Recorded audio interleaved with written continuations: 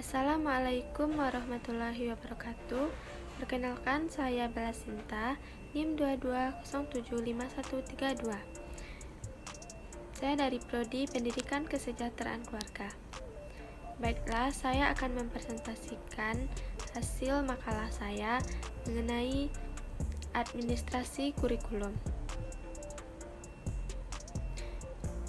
Pada pembahasan kali ini, saya akan membahas tentang konsep administrasi kurikulum, proses administrasi kurikulum, dan peran guru dalam administrasi kurikulum. Konsep administrasi kurikulum. Ada beberapa definisi kurikulum menurut para pakar pendidikan, diantaranya yaitu: pertama, menurut J. Galen, Saylor, dan William M. Alexander, kurikulum adalah segala usaha sekolah untuk mempengaruhi anak belajar, apakah dalam ruangan kelas, di halaman sekolah, atau di luar sekolah, termasuk kurikulum. Menurut Harold B. Albertix, kurikulum tidak hanya terbatas pada mata pelajaran, akan tetapi juga meliputi kegiatan-kegiatan lain di dalam dan di luar kelas yang berada di bawah tanggung jawab sekolah. 3. Menurut Smith, kurikulum dipandang sebagai seperangkat usaha dan upaya pendidikan yang bertujuan agar anak didik memiliki kemampuan hidup bermasyarakat. 4. Menurut Hilda Taba, kurikulum meliputi pengalaman yang direncanakan dan tidak direncanakan.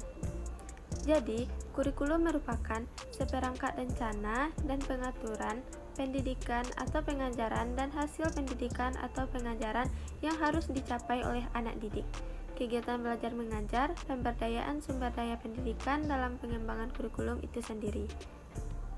Bidang dari administrasi kurikulum adalah yang mencakup di dalamnya pelaksanaan kurikulum, pembinaan, penyusunan silabus, persiapan harian, termasuk juga pembelajaran.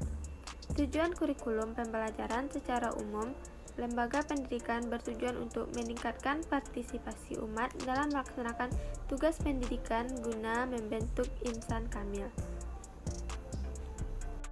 Selanjutnya ada proses administrasi kurikulum.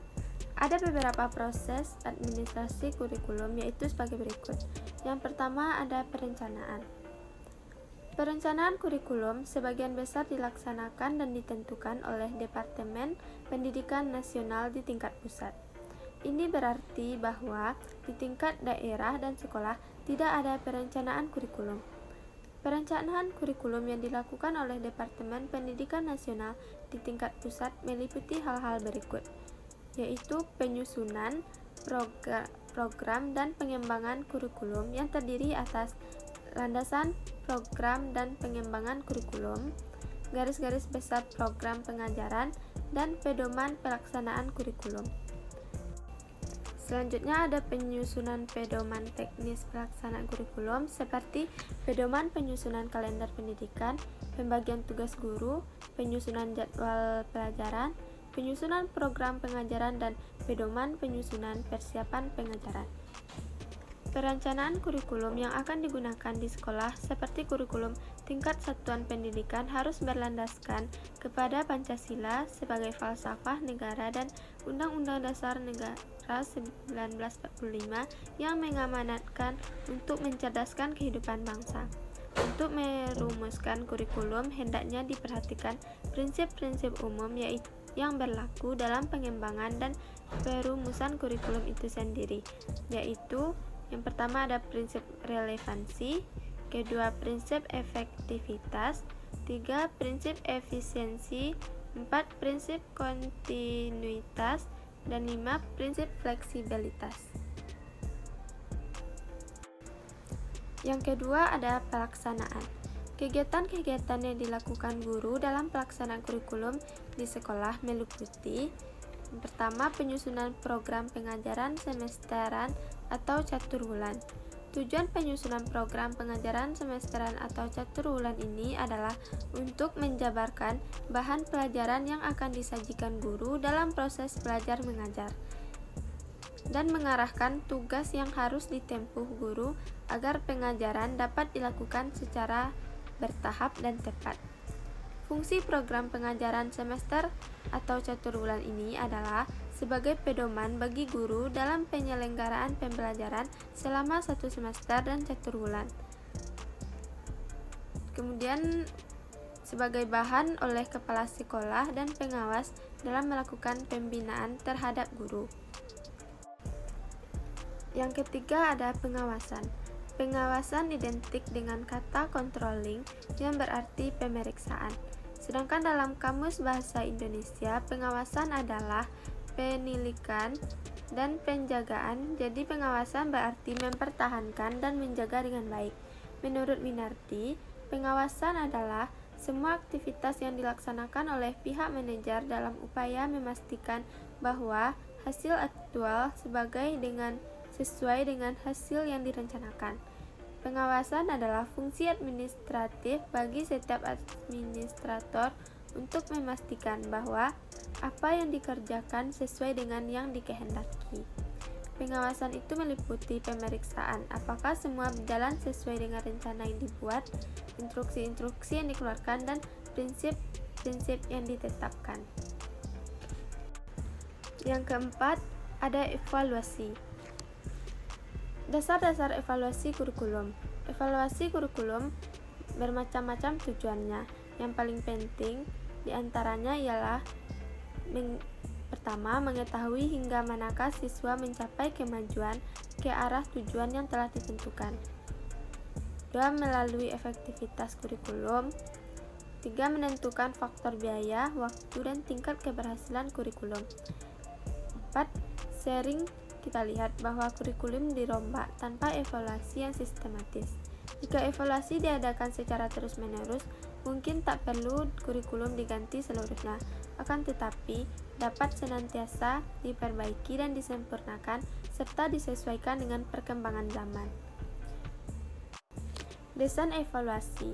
Desain evaluasi menguraikan tentang data yang harus dikumpulkan, analisis data untuk membuktikan nilai dan efektivitas kurikulum. Selanjutnya ada evaluasi hasil belajar. Evaluasi hasil belajar merupakan suatu kegiatan yang dilakukan guna memberikan berbagai informasi secara berkesinambungan dan menyeluruh tentang proses dan hasil belajar yang telah dicapai siswa. Selanjutnya, evaluasi program pengajaran. Evaluasi program pengajaran merupakan suatu rangkaian kegiatan yang dilakukan dengan sengaja untuk melihat tingkat keberhasilan program serta faktor-faktor yang mendukung atau menghambat keberhasilan program tersebut. Selanjutnya ada peran guru dalam administrasi kurikulum. Di dalam pelaksanaan kurikulum, tugas guru adalah mengkaji kurikulum tersebut melalui kegiatan perseorangan atau berkelompok. Dengan demikian, guru dan kepala sekolah memahami kurikulum tersebut sebelum dilaksanakan. Dalam proses pengembangan kurikulum, peran guru lebih banyak dalam tataran kelas. Mencatat peran guru yaitu sebagai implementasi. Guru berperan untuk mengaplikasikan kurikulum yang sudah ada. Dalam melaksanakannya, peran guru hanya menerima kebijakan perumus kurikulum.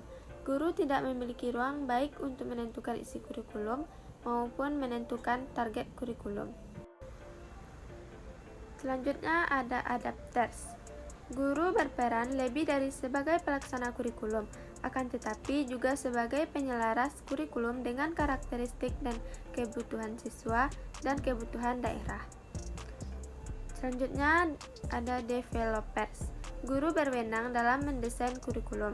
Guru bukan saja dapat menentukan tujuan dan isi pelajaran yang akan disampaikan, akan tetapi juga dapat menentukan strategi apa yang harus dikembangkan serta bagaimana mengukur keberhasilannya.